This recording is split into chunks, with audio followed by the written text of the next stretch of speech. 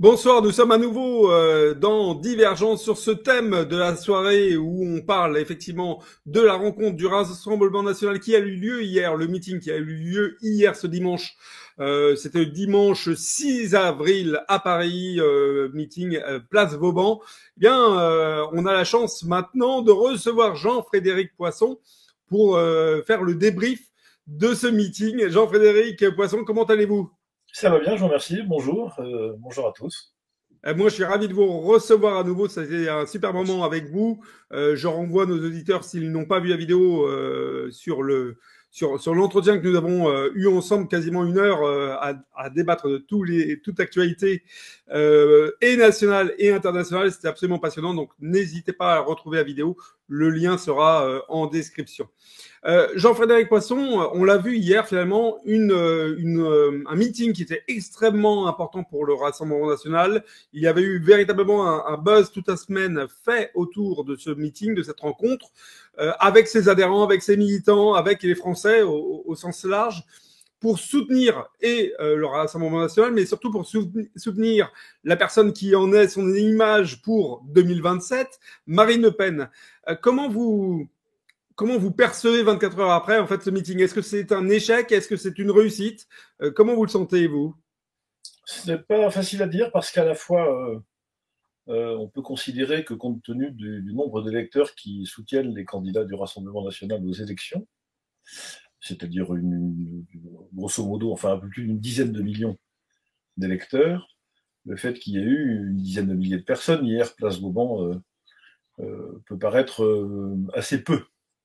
D'un autre côté, c'est difficile de mobiliser les gens en dehors des périodes électorales, on le sait tous.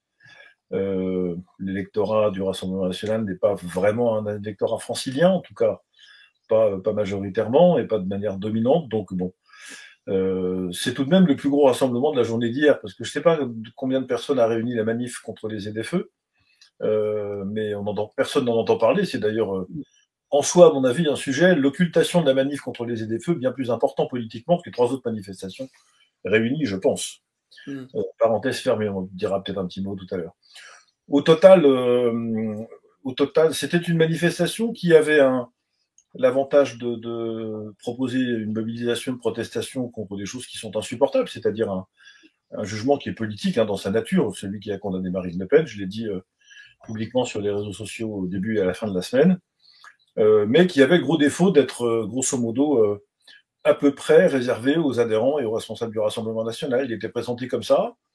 C'était voulu un meeting, non pas de protestation contre la politisation de la justice, qui pourrait rassembler de manière beaucoup plus large, mais comme un soutien à un parti et une future candidate à l'élection présidentielle, indépendamment de la sympathie ou pas qu'on peut avoir pour cette personne et pour cette candidature. En tout cas, le sujet n'était pas le même. Et je sais que dans notre parti, via le Parti chrétien-démocrate, un certain nombre de nos adhérents et de nos responsables sont interrogés sur le sens de cette manifestation et ayant compris au fur et à mesure des jours qui passaient la semaine dernière que c'était une manifestation faite militante, partisane au bon sens du terme, c'est-à-dire de regrouper ses partisans. D'autres n'y avaient peut-être pas leur place. Donc un certain nombre d'entre nous qui auraient peut-être pu envisager d'y aller pour les motifs que je disais, que j'ai rappelé aussi sur les réseaux sociaux hier, finalement ne s'y sont pas déplacés. Ce qui pose la question, justement, je dirais, de la capacité du Rassemblement national à fédérer au-delà de sa base militante. Alors, on avait un premier entretien sur le sujet en début de soirée avec Florian Philippot, notamment on parlait de la question de la base du socle militant du RN. Est-ce qu'ils sont en capacité, à votre avis, et est-ce que hier, le meeting, la réunion qui a été proposée a permis justement de montrer qu'ils étaient en capacité de dépasser leur socle purement de militants RN, ou est-ce que vous avez senti justement à l'opposé qu'il y avait véritablement un blocage, quelque chose qui empêchait peut-être une union qui semble nécessaire pour 2027, éventuellement dans leur projet de prise de pouvoir? Ce qui est certain, c'est que la seule question qui va être posée en 2027, c'est celle de savoir comment ceux qui sont attachés à la France et à sa pérennité s'apprêtent à réunir leurs forces pour battre ceux qui ne le sont pas. C'est ça la seule question. Il n'y a pas d'autre question que celle-là. Moi, je milite depuis longtemps pour un très grand rassemblement de toutes les personnes de bonne volonté, ce qui commence par rassembler son propre camp, qui est putativement le camp des droites. Mmh. Et puis, sur la base de quelque chose qui pourrait être acceptable par d'autres personnes que celles de la droite, nous avons, nous, chez VIA, Parti chrétien-démocrate, une attention particulière pour les personnes qui sont en situation de fragilité, les détenus, les toxicomanes, les personnes sans domicile fixe, etc. Puis également les conditions de travail et toutes les thématiques à caractère social. C'est quelque chose qui n'est pas très courant dans les partis de droite, mais voilà, on doit pouvoir composer quelque chose qui réponde aux attentes des Français sur la base de la préservation de la France, de sa culture et de son identité et de son périmètre, de ses frontières. Un certain nombre de responsables politiques sont d'accord pour tenter l'aventure, pour essayer au moins de réfléchir et de s'asseoir autour de la même table, et puis d'autres ne le sont pas. Vous mentionniez tout à l'heure Florian Philippot, nous travaillons avec les Patriotes depuis maintenant quelques années, depuis la crise sanitaire de Covid. On n'est pas fusionné pour autant, on ne fait pas tout en même temps, on ne fait pas tout ensemble, on n'est pas forcément complètement aligné sur tout, encore qu'il n'y a pas grand-chose qui nous sépare, mais bon, je crois qu'à un moment, c'est d'abord une question de volonté avant d'être une question de programme. Regardez ce qui se passe à gauche, enfin, n'allez pas m'expliquer qu'entre les socialistes modérés, dont le patrimoine génétique est rocardien, ont quelque chose à voir avec les fous furieux excités de l'aile gauche de la France insoumise. Enfin, c'est pas le même monde. Ça ne les empêche pas de réussir à passer des accords électoraux et comment dire, de gagner de temps en temps des élections. La droite devait s'inspirer de cet exemple-là, mais je n'ai pas l'impression que, tant chez les Républicains qu'au Rassemblement national, pour l'instant, il y ait cette volonté d'élargissement et d'ouverture. Donc, c'est pas tant une problème de base militante, parce que, vous savez, tous les électeurs de droite n'attendent qu'une chose. Ils nous le disent tous, sur tous les tons. Toutes les têtes, là, il faudrait que vous arriviez à faire quelque chose ensemble. Sinon, on va finir par s'épuiser. Donc, c'est pas une question de base électorale. Pour répondre à votre question, non, je pense que la manifestation d'hier n'a pas été une preuve de la capacité d'élargissement du socle du Rassemblement national. C'est plutôt le contraire, je trouve, mais c'est peut-être pas fait pour ça. Après tout, en revanche, ce qui est certain, c'est que s'il n'y a pas de changement, assez rapide, de volonté de perpétrer des rassemblements, d'organiser des rassemblements, faire simplement en sorte que les gens s'assoient autour de la même table et discutent, voir si c'est possible ou pas. Et on n'en est même pas encore là. Je ne parle pas d'inviter sa conquête au restaurant ou au cinéma. Je suis en train de dire, pour l'instant, on va s'échanger le numéro de téléphone et puis on verra si on va prendre un café. Vous voyez, on est encore loin de l'église. Alors, ceci étant, ce que vous dites est très intéressant. C'est ce qui semble que le Rassemblement national ait fait, finalement, en termes de stratégie politique. On l'a vu peut-être avec, dans une moindre mesure, l'arrivée d'Éric Ciotti, je dirais dans le sérail ou dans l'entourage du Rassemblement national, avec le retour également de Marion Maréchal, elle qui en était partie pour Reconquête. Donc, on a quand même l'impression qu'il y a une volonté, puis peut-être même tout simplement dans la politique qui est menée par le Rassemblement national aujourd'hui, qui est justement peut-être le frein. On parlait des militants tout à l'heure, quelque chose qui freine les militants ou qui peut décevoir les militants, ce côté peut-être plus doux, plus pacifié, plus neutre, certains diraient, qui perd ses convictions. Il y a cette volonté justement peut-être d'avoir un parti plus plus transversal sur l'ensemble des spectres de droite. Peut-être, je ne sais pas répondre à cette question. Mon sentiment, c'est que ce qui a été fait l'an dernier, pourquoi pas, très bien.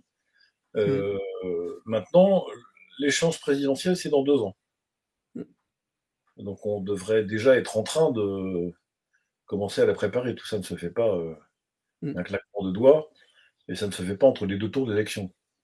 Tout est à préparer en même temps, encore une fois. Si on veut une alternance sèche qui rompe avec l'intégralité des errements de 10 ans de macronisme, mais Dieu sait qu'il y en a, il va falloir quand même se préparer, trouver des bonnes personnes, choisir les bons thèmes, les bonnes priorités, la manière de présenter aux Français. Tout ça ne va pas se faire tout seul. D'autant plus que les droites ne sont pas seules au monde. Il y aura des candidats sur les autres bords de l'échiquier politique de la même manière. Donc, si vous voulez, je pense que à la fois, on peut être très inquiet de la manière dont la justice s'est comportée dans ces jugements politiques scandaleux qui ont été, prononcés la semaine dernière. Ce ne sera pas les derniers d'ailleurs, parce que c'est une espèce de mauvaise manie que nous sommes en train de prendre en France. Pour autant, si on peut partager encore une fois cette appréciation sur ce jugement de la semaine dernière qui condamne lourdement Madame Le Pen avec un certain nombre de cadres du mouvement ou d'élus, je veux dire que la mécanique, l'opération de ce rassemblement que beaucoup appellent de leur vœu est une autre chose. Et que, comment dire, il va falloir, si on veut y travailler. Moi, je crois en tout cas que, d'expérience, je vois bien ce qui se passe. J'étais encore en réunion publique la semaine dernière à Bordeaux, puis je serai ces jours-ci encore dans d'autres endroits en France. La conviction partagée des gens, c'est encore une fois qu'il y a un certain nombre de sujets sur lesquels tout le monde est d'accord. Ça peut constituer un programme prioritaire d'action, presque une forme d'union nationale, si vous voulez, pour redresser notre pays. Voilà, il devrait plus y avoir de discussion autour de ça. Mais il reste la question de savoir si on y est prêt ou pas. Alors justement, est-ce qu'on y est prêt ou pas? C'était une question qu'on posait avec Thierry Mariani dans un interview sur Divergence Politique semaine dernière. Je disais, quid en cas effectivement de confirmation de la peine de Marine Le Pen? Je disais, est-ce que vous avez un plan B? Est-ce que vous travaillez effectivement sur un plan B? Il me disait, non, on a un plan A, c'est Marine Le Pen, et un plan B, c'est Marine Le Pen.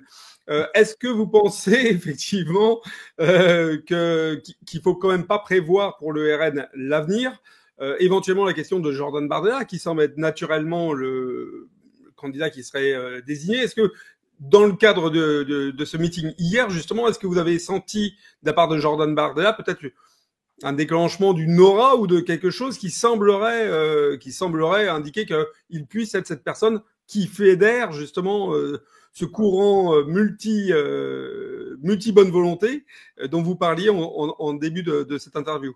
Non, j'ai l'impression que c'était le premier meeting de la campagne électorale de Marine Le Pen pour 2027. C'est comme ça en tout cas que je l'ai ressenti, interprété le peu que j'en ai vu. Et c'est d'ailleurs normal. D'ailleurs, Gabriel Attal a fait la même chose de son côté.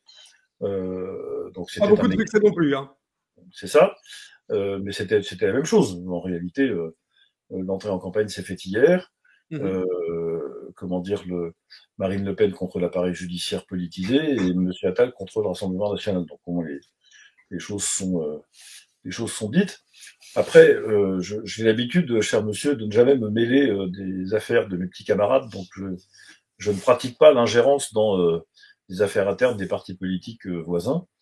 Je ne sais pas ce que le fera le Rassemblement national. Il me paraît évidemment impossible qu'il n'ait pas de candidat.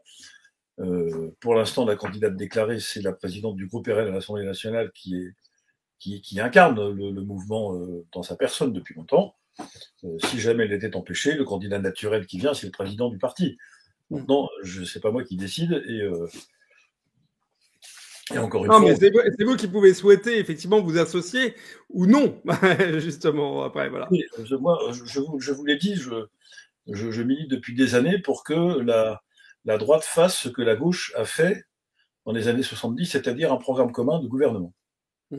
Parce que l'histoire est ainsi. Dans les années 70, depuis les radicaux de gauche jusqu'aux plus staliniens des membres du comité central du Parti communiste, tout le monde signe le même document programmatique. Et entre les radicaux de gauche du Lot ou du Tarn-et-Garonne et les vieux staliniens du comité central du PC de la place du Colonel Fabien à Paris ou du Val-de-Marne, il y a un monde d'écart, comme tout à l'heure entre les socialistes rocardiens et les fous furieux de la France insoumise. Ils sont capables de signer ces documents de programmation, de se mettre d'accord sur un projet de gouvernement et d'aller le présenter ensemble aux Français. Voilà, nous devons faire le même exercice. Et je vous le dis, si nous ne faisons pas cet exercice, alors le bloc central élira à nouveau son candidat. Et on ne reprendra pour 5 ans, et nous referons la même émission. Alors moi, à un moment, j'arrêterai parce que j'aurai passé l'âge de la retraite, vous ferez quelqu'un d'autre que moi, peut-être pas cette fois-ci, en tout cas la fois d'après, mais on fera le même constat. Et on se dira encore, ah bah oui, mais qu'est-ce que ce serait bien si on faisait l'union? Oui. On est d'accord. Mais il y a un moment, il va falloir s'arrêter de constater puis le faire. Et pour l'instant, je vous dis très clairement, je ne vois pas la volonté d'élargir. Alors, il y en a avec qui c'est pas possible, ça c'est d'accord. Il y en a qui ne veulent pas. Peut-être que chez les Républicains, c'est moins homogène que ce qu'on pense. Je ne sais pas. Tout ça est à voir. Il y a des Républicains que je connais très bien. J'ai été J'ai siégé dans le groupe des Républicains à l'Assemblée pendant 2 mandats, donc je les connais tous.